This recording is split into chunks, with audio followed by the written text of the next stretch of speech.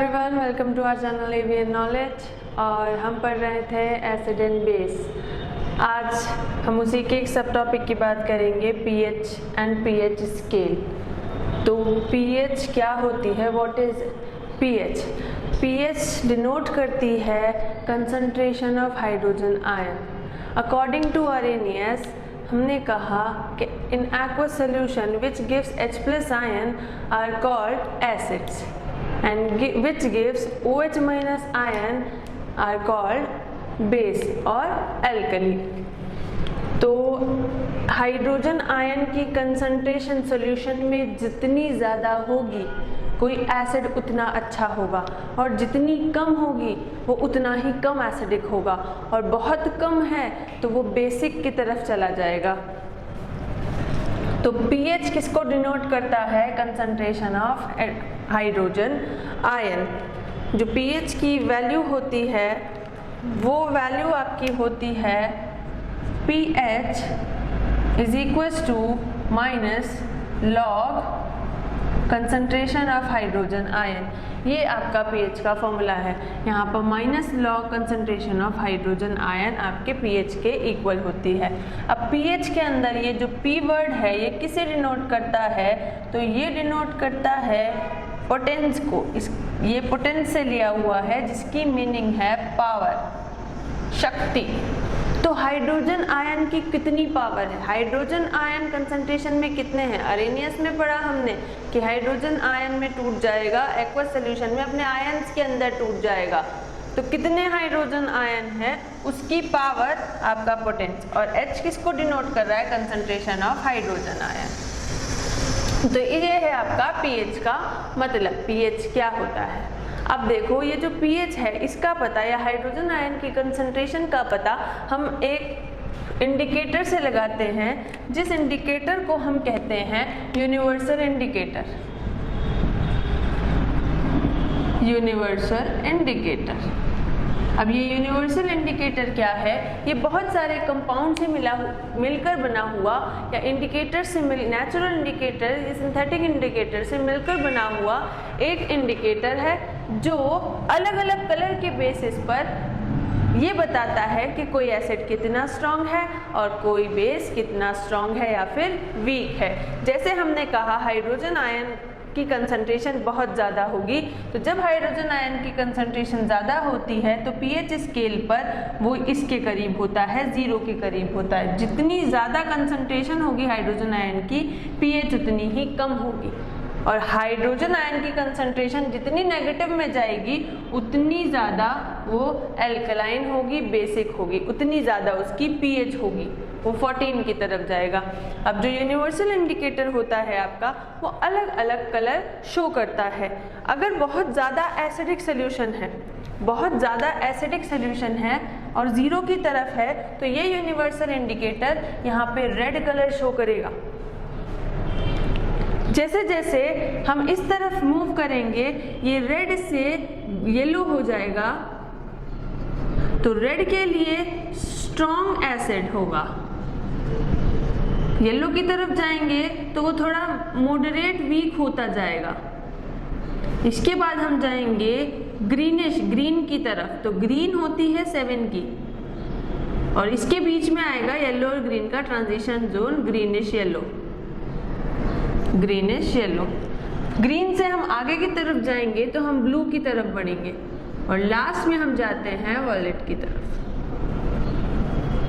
तो अगर किसी का यूनिवर्सल इंडिकेटर पे कलर वॉयलेट है मतलब वो है स्ट्रॉन्ग बेस, रेड है तो मतलब स्ट्रॉन्ग एसिड, येलो है तो आपका वीक या मॉडरेट, ऐसे येलो ग्रीन है तो आपका वीक, ग्रीन है मतलब न्यूट्रल, ब्लू है तो आपका वीक, वॉयलेट है तो स्ट्रॉन्ग बेस। तो ये यूनिवर्सल इंडिकेटर पे इनके कलर होते हैं।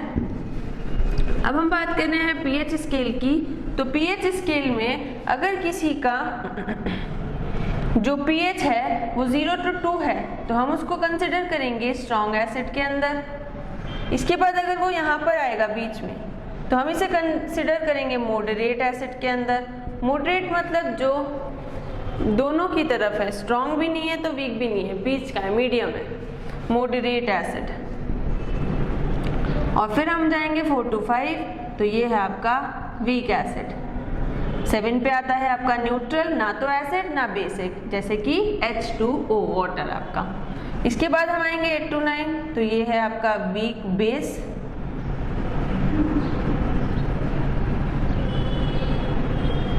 और फिर यहाँ आएंगे हम, तो ये है आपका moderate base.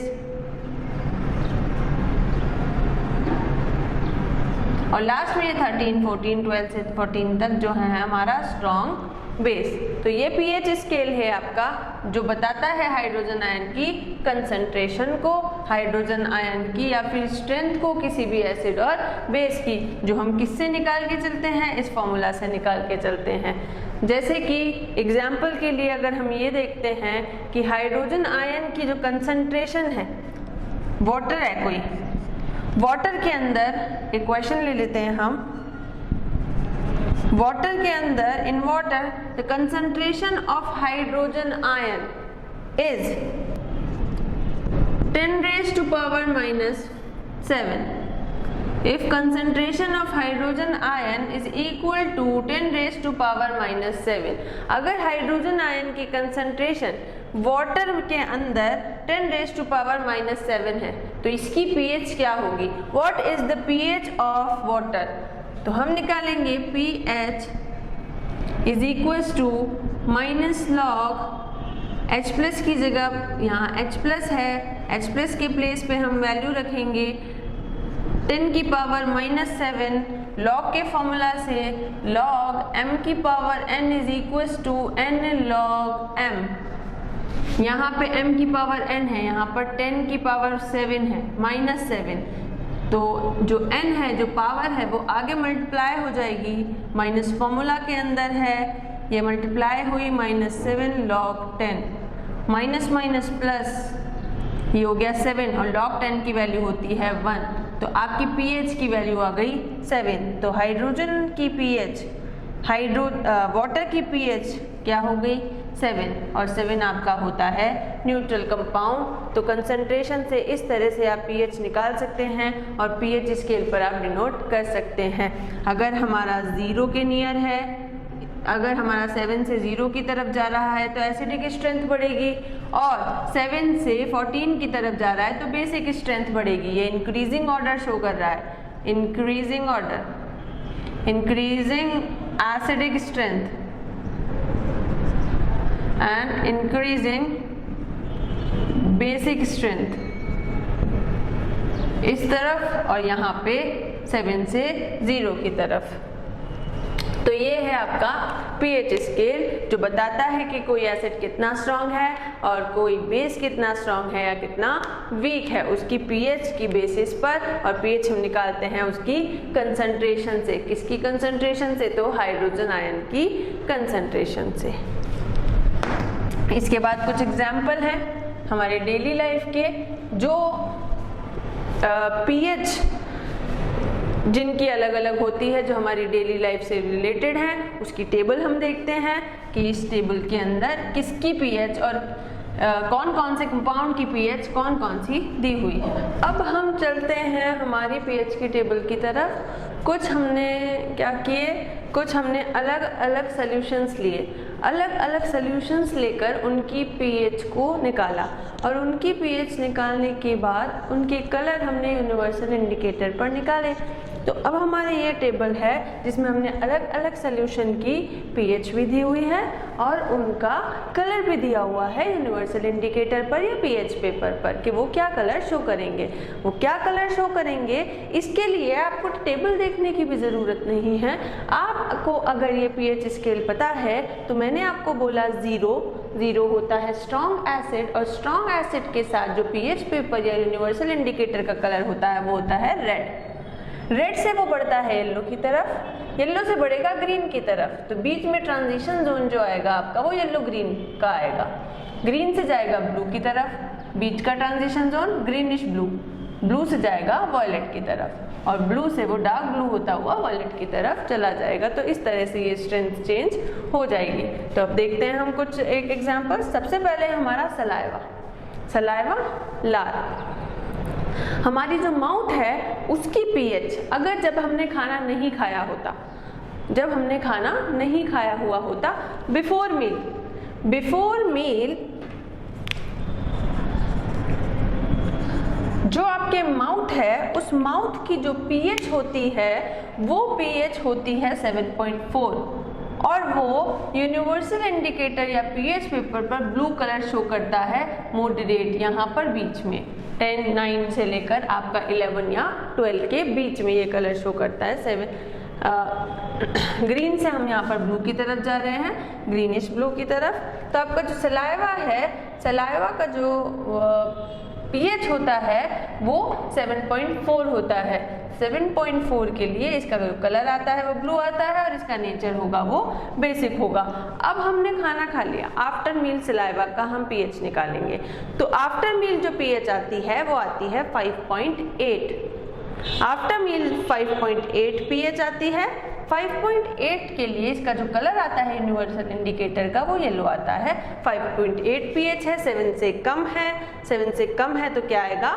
Acidic. pH is greater than 7 then solution is basic, and if pH is less than 7 then solution is acidic, and if pH is 7 solution is neutral। तो लेमन जूस के लिए यूनिवर्सल इंडिकेटर का colour red और pH इसकी 2.3, solution होगा acidic, 7 से कम, ये भी 7 से कम एसिडिक होगा। येलो ग्रीन कलर है इसका पीएच पेपर के ऊपर। ये है कैरेट जूस, आपका कैरेट जूस, गाजर का जूस। कॉफी भी आपकी एसिडिक नेचर की है, पीएच 5 है, कलर होता है येलो। कॉफी की पीएच यहाँ पर है 5 पर, येलो की दर, और जब हम 6 की तरफ जा रहे हैं वो येलो ग्रीन का ट्रांजिशन जोन है, यहाँ पर येलो ग्रीन आ रहा है। टैप वाटर की पीएच आपकी 7.4 होती है, ये भी बेसिक होगा, और इसका जो कलर है वो आपका ग्रीन ब्लू के नियर आता है, ग्रीनिश ब्लू। यहाँ पर जो आपका सलाइवा है यहाँ पर इसका कलर भी ग्रीन ब्लू के नियर ही आएगा। ब्लू एकदम प्योर ब्लू नहीं होगा, उसका में ग्रीनिश शेड होगा। और ये आपका होता है HCl, जो कि आप जानते हो कि HCl एक स्ट्रॉन्ग एसिड है, आयनाइज्ड हो जाता है कंप्लीटली। तो स्ट्रॉन्ग एसिड होगा तो स्ट्रॉन्ग एसिड के लिए पीएच होगी आपकी रेड, डार्कनेस वाला रेड होगा। जब हम येलो की तरफ जाएंगे तो रेड हल्का पड़ेगा और येलो की तरफ जाता जाएगा। अब यहाँ पर इसकी जो कलर है वो है डार्क रेड और इसकी जो पीएच है वो है 0 और सोल्यूशन होगा आपका एसिडिक। तो ये आपके कुछ एग्जांपल्स हैं पीएच के अलग अलग सॉल्यूशंस के। अब हम देखेंगे कि पीएच हमारी डेली लाइफ में किस तरह से इम्पोर्टेंस रखता है, और हमारा अगला टॉपिक है importance of pH in daily life. अब पीएच जो है वो स्ट्रॉन्ग एसिड और वीक बेस, स्ट्रॉन्ग बेस और वीक एसिड, इन सब को डिफाइन करती है कि कौन स्ट्रॉन्ग एसिड है, कौन वीक एसिड है, कौन स्ट्रॉन्ग बेस है, कौन वीक बेस है।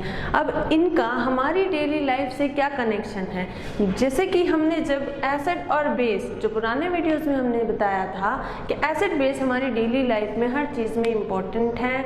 जैसे कि कोई हनी बी हमको काट लेती है तो उस हनी बी की स्टिंग के अंदर एसिड प्रेजेंट होता है, कोई आंट हमें कट कर लेती है तो उसमें एसिड प्रेजेंट होता है। अभी हमने पीछे टेबल में देखा कि सलाइवा जो है वो जब हम खाना नहीं खाते तो वो बेसिक सोल्यूशन की फॉर्म में होती है, खाना खाने के बाद वो एसिडिक हो जाती है।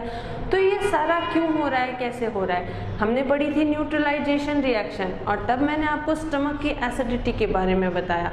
जब हमें एसिडिटी हो जाती है तो जब हम कोई एंटी एसिड की टैबलेट्स लेते हैं तो न्यूट्रलाइजेशन ऑफ रिएक्शन हो जाती है।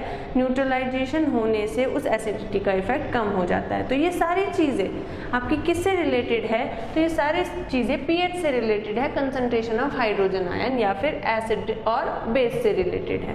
तो इन एसिड और बेस को 1 बाय 1 हम स्टडी करेंगे। 1 बाय 1 स्टडी करने में हम सबसे पहले देख रहे हैं एसिड रेन। एसिड रेन क्या होती है?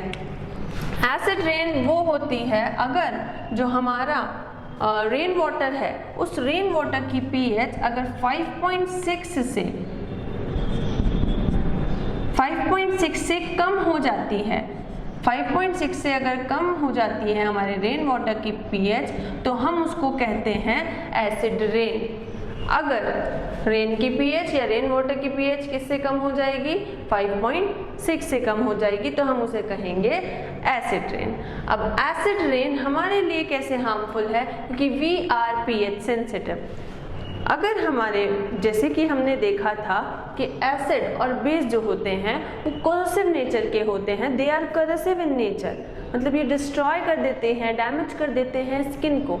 तो हालांकि ये पीएच बहुत कम नहीं है, स्ट्रॉन्ग एसिड नहीं है, लेकिन फिर भी ये हमारी स्किन को डैमेज कर सकती है, उसकी सेल्स को डैमेज करती है। इसके अलावा जब ये एसिड रेन रिवर्स में जाती है, रिवर्स में जब इसका पानी मिक्स होता है, तो रिवर्स में मिक्स होने के बाद वो रिवर वाटर की पीएच को भी इम्बैलेंस कर देती है, और जो उसकी एक्वाटिक लाइफ है उसके अंदर जो मछलियाँ रहती हैं वो मछलियाँ एक पर्टिकुलर पीएच पे काम करती है, और हमारी बॉडी भी एक पर्टिकुलर पीएच पे काम करती है। ह्यूमन बॉडी के लिए जो रेंज होती है पीएच की, सबसे मॉडरेट रेंज वो 7 से 7.8 तक की होती है। इस पीएच के ऊपर ह्यूमन बॉडी सबसे अच्छी तरह से वर्क करती है। इसी तरह से एक्वाटिक लाइफ जो है उनकी बॉडी भी एक पर्टिकुलर पीएच की रेंज पर वर्क करती है, और वो जिस वाटर के अंदर रहते हैं वो भी उनको एक पर्टिकुलर पीएच का चाहिए होता है, कि वो वाटर अगर उनके अंदर जाएगा तो उनकी पीएच इम्बैलेंस हो जाएगी। तो जब ये पीएच का वाटर एसिड रेन उस रिवर में जाती है, तो पीएच इम्बैलेंस होने की वजह से मरीन लाइफ को, रिवर लाइफ को, एक्वाटिक लाइफ को बहुत ज़्यादा इफेक्ट होता है, हार्मफुल इफेक्ट होता है। और एसिड रेन से हमारी स्किन पर इरिटेशन होती है, ईचिंग होती है, खुजली होती है।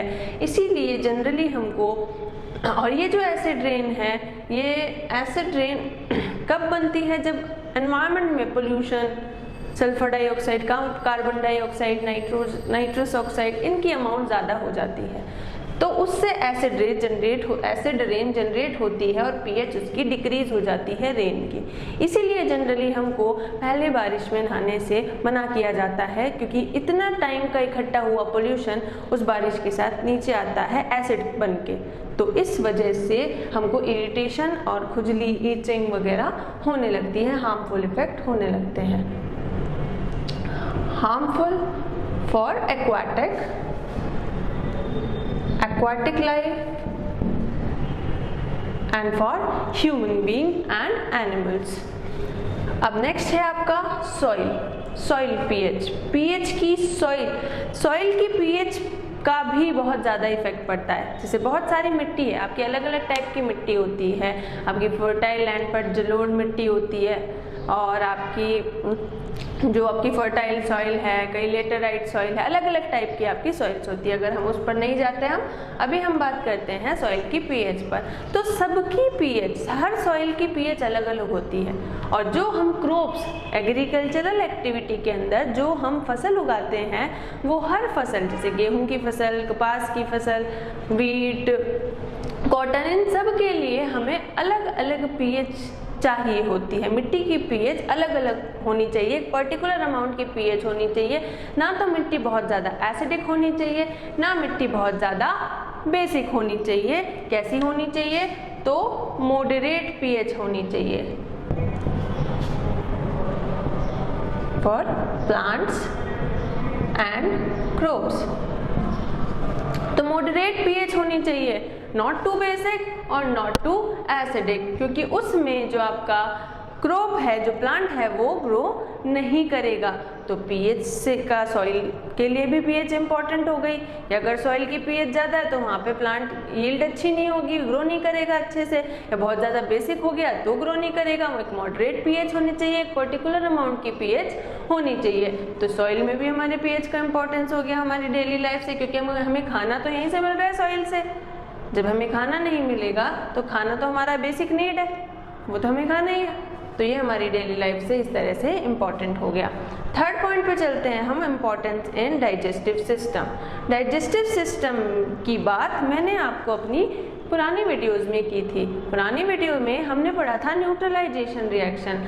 अब जो हमारा ह्यूमन सिस्टम होता है, डाइजेस्टिव सिस्टम होता है, इसके अंदर जो डाइजेशन प्रोसेस होती है उसमें आपका स्टमक के अंदर गैस्ट्रिक जूस फॉर्म होता है, सिक्रीट होता है, और इस गैस्ट्रिक जूस में आपका बहुत ज़्यादा अमाउंट में हाइड्रोक्लोरिक एसिड होता है, HCl प्रेजेंट होता है। ये हाइड्रोक्लोरिक एसिड जो है वो क्या काम करता है? जनरली वो हमारी स्टमक की वॉल्स को कोई हार्म नहीं देता, जनरली कोई नुकसान वो हमारी स्टमक की वॉल्स को नहीं देता, क्योंकि एक पर्टिकुलर अमाउंट में वो बनता है, बहुत ज़्यादा पीएच को डिक्रीज नहीं करता। क्या करता है ये? हमारे जो स्टमक है उसमें प्रेजेंट जो एक्सेस या हार्मफुल बैक्टीरियाज हैं उन बैक्टीरियाज को किल करता है, और भी जो काम इसके यूजफुल होते हैं डाइजेशन में, वो रिएक्शन वगैरह वो करता है, लेकिन हमारे वॉल्स को हार्म नहीं करता। लेकिन कई बार हम जंक फूड, स्पाइसी फूड या फिर एक्सेस फूड इनटेक कर लेते हैं, बहुत ज़्यादा अमाउंट में खाना खा लेते हैं, तो हमारा जो HCl है उसके बनने की जो रेट है वो बढ़ जाती है और वो एक्सेस अमाउंट में बन जाता है। एक्सेस अमाउंट में बनने पर हमारा जो स्टमक है उसके अंदर इरिटेशन होने लगती है, जिसे हम कहते हैं एसिडिटी। और इस एसिडिटी को अगर हम कंट्रोल करने के लिए, न्यूट्रल करने के लिए हेल्प लेते हैं न्यूट्रलाइजेशन रिएक्शन की, और उस न्यूट्रलाइजेशन रिएक्शन में हम एंटा एसिड की टैबलेट लेते हैं, या फिर इनो लेते हैं, मिल्क ऑफ मैग्नीशिया लेते हैं। ये सारे बेसिक नेचर के हैं जो एसिड की स्ट्रेंथ को कम कर देते हैं, डिक्रीज कर देते हैं, न्यूट्रल कर देते हैं। तो हमारे डाइजेस्टिव सिस्टम में, ह्यूमन सिस्टम में भी पीएच का बहुत इंपॉर्टेंट रोल है, क्योंकि जैसे ही HCl की अमाउंट हमारी स्टमक में बढ़ जाती है, हमारी स्टमक की पीएच गिर जाती है, और वो पीएच गिर जाती है तो एसिडिटी हमें हो जाती है। तब हम उसे कंट्रोल करने के लिए एंटा एसिड टैबलेट्स लेते हैं या फिर मिल्क ऑफ मैग्नीशिया जैसे सप्लीमेंट्स लेते हैं। फोर्थ पॉइंट पे हम चलते हैं, पीएच कॉज टूथ डीके। कुछ देर पहले हमने जो पीएच टेबल देखी थी, पीएच टेबल देखने में हमने सलाइवा का दोनों बिफोर मील और आफ्टर मील पीएच देखा। बिफोर मील जो पीएच होती है वो थी 7.4 और आफ्टर मील जो पीएच थी वो थी 5 के नियर। तो अब यहाँ पर जो हमारा पीएच है वो डिक्रीज हो गया मील के बाद। जब पीएच डिक्रीज हो जाएगा आपके मील के बाद, मतलब पहले जो नेचर था वो बेसिक था और बहुत ज़्यादा बेसिक नहीं था, वीक बेस है 7.4, 7 के नियर है, बिल्कुल न्यूट्रल के नियर। अब लेकिन एसिडिक में वो चला गया। जब एसिडिक में कन्वर्ट हो जाएगा, अब एसिडिक में क्यों कन्वर्ट हो जाता है? हम खाना खाते हैं, खाना खाने के बाद जो फूड पार्टिकल्स होते हैं वो हमारे दांतों में फंस जाते हैं। तो दांतों में फंसने के बाद जो हमारे माउथ में प्रेजेंट बैक्टीरिया है वो उन फूड पार्टिकल को डिग्रेड कर देते हैं, डिकम्पोज कर देते हैं, तोड़ देते हैं। तो जब वो तोड़ते हैं उसे, तो वो एसिड प्रोड्यूस करते हैं, और वो एसिड जो होता है आपका, वो माउथ के पीएच को कम कर देता है। और हमें जैसे कि पता है कि एसिड कोरोसिव होता है, तो वो अपना कोरोसिव इफेक्ट दिखाता है और हमारे एनिमल को, दांतों के इस जो ऊपर चढ़ी हुई परत है, इसको डैमेज कर देता है, नुकसान पहुंचाता है। तो इस तरह से हमारा टूथ डीके के लिए रिस्पॉन्सिबल होती है पीएच। इसीलिए हमें कहा जाता है कि खाना खाने के बाद हमें कुल्ला या ब्रश करना चाहिए, ताकि जो फूड पार्टिकल्स है वो दांतों में फंसे ना रहें और हमारे दांत डीके से बच जाए, टूथ डीके ना हो। तो अब इनेमल जो है, इनेमल पे कई बार पीली कलर की परत चढ़ जाती है, कोटिंग हो जाती है। वो कैसे चढ़ती है? जब हमारे बैक्टीरिया शुगर, क्योंकि खाने के अंदर आपका शुगर मॉलिक्यूल प्रेजेंट होते हैं, शुगर मॉलिक्यूल प्रेजेंट होने की वजह से वो शुगर जब टूटती है तो एक एसिड बनता है जिसे हम कहते हैं लैक्टिक एसिड। वो हमारे दांतों के इनेमल में प्रेजेंट कैल्शियम फॉस्फेट से रिएक्शन करके उस पर कोट हो जाता है, उसकी परत चढ़ा लेता है। लैक्टिक एसिड और कैल्शियम फॉस्फेट रिएक्ट करके जो कंपाउंड बनाते हैं वो हमारी इनेमल पर चढ़ जाता है और हमारे दांतों के इनेमल को कोट कर देता है, खराब कर देता है। पीले और ब्राउन कलर की परत उस पर आ जाती है, ब्लैकिश ब्राउन येलो। कलर की आपकी परत उस पर आ जाती है। तो टूथ डीके के लिए भी पीएच रिस्पॉन्सिबल है। लास्ट पॉइंट है हमारा self defence bye animal. Self defence bye animal भी हम पढ़ चुके हैं। हमने पढ़ा था फॉर्मिक एसिड कि उसकी स्टिंग के अंदर हमारे पास फॉर्मिक एसिड प्रेजेंट होता है। आंट की स्टिंग के अंदर फॉर्मिक एसिड प्रेजेंट होता है। जब वो हमें कट करती है तो हमें इरिटेशन, रेड स्पॉट हो जाते हैं। इसी तरह से हनी बी के अंदर भी प्रेजेंट होता है। बहुत सारे इंसेक्ट्स के अंदर जो आपका HCl या फिर कोई सा भी HCl नहीं, कोई भी आपका एसिड जो है प्रेजेंट होता है अलग अलग तरह के। तो ये सेल्फ डिफेंस करते हैं अपना खुद का स्टिंग करके, ताकि वो स्टिंग करेंगे तो हमें इरिटेशन होगी और वो मतलब बच जाएंगे। वो खुद को हार्म नहीं होने देते, खुद को उनके अंदर उन्होंने एसिड क्रिएट या सिक्रिएट करते रहते हैं। तो अब जब हमारे को कोई स्टिंग कर देता है, कोई इंसेक्ट स्टिंग कर देता है, तो हमारे यहाँ एसिड है, इरिटेशन हो गई, तो हम उस पर अप्लाई कर लेते हैं। एक मैंने आपको होम रेमेडी बताई थी कि लोहे को घिसकर लगा लेते हैं, क्योंकि मेटल ऑक्साइड बेसिक नेचर के होते हैं, जैसा हमने पिछली वीडियोस में पढ़ा। तो बेस और एसिड मिलकर न्यूट्रल कर देते हैं इफेक्ट को, न्यूट्रलाइजेशन रिएक्शन हो जाती है। एक और तरीका हमारा होम रेमेडी का होता है कि हम बेकिंग सोडा का पेस्ट अगर उस पर लगा लें तो भी इरिटेशन कम हो जाती है। कई बार जलने वाली जगह पे या जलन जहां हमारे हो रही है, इंसेक्ट ने काटा है, वहां हम टूथपेस्ट भी लगाते हैं, क्योंकि टूथपेस्ट भी आपका बेसिक नेचर का होता है और उसका रीजन भी यहीं पर है। टूथ डीके एसिडिटी की वजह से होता है। एसिडिक हो जाती है हमारा माउथ का नेचर, पीएच गिर जाती है, सलाइवा कैसा हो जाता है, आफ्टर मील एसिडिक हो जाता है। तो वो एसिडिक को कम करने के लिए टूथ के अंदर या टूथपेस्ट के अंदर हमारे क्या हो, टूथपेस्ट कैसा नेचर का होता है, बेसिक, तो वो एसिड के इफेक्ट को क्या कर देता है, न्यूट्रलाइज कर देता है। तो ये हमारी डेली लाइफ से रिलेटेड कुछ इम्पोर्टेंस है पीएच की।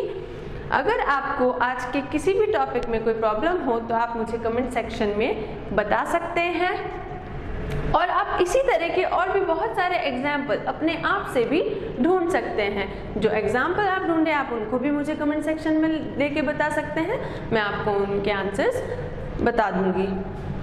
अगर आपको मेरी वीडियोस अच्छी लगी हो तो मेरे चैनल को सब्सक्राइब जरूर करें।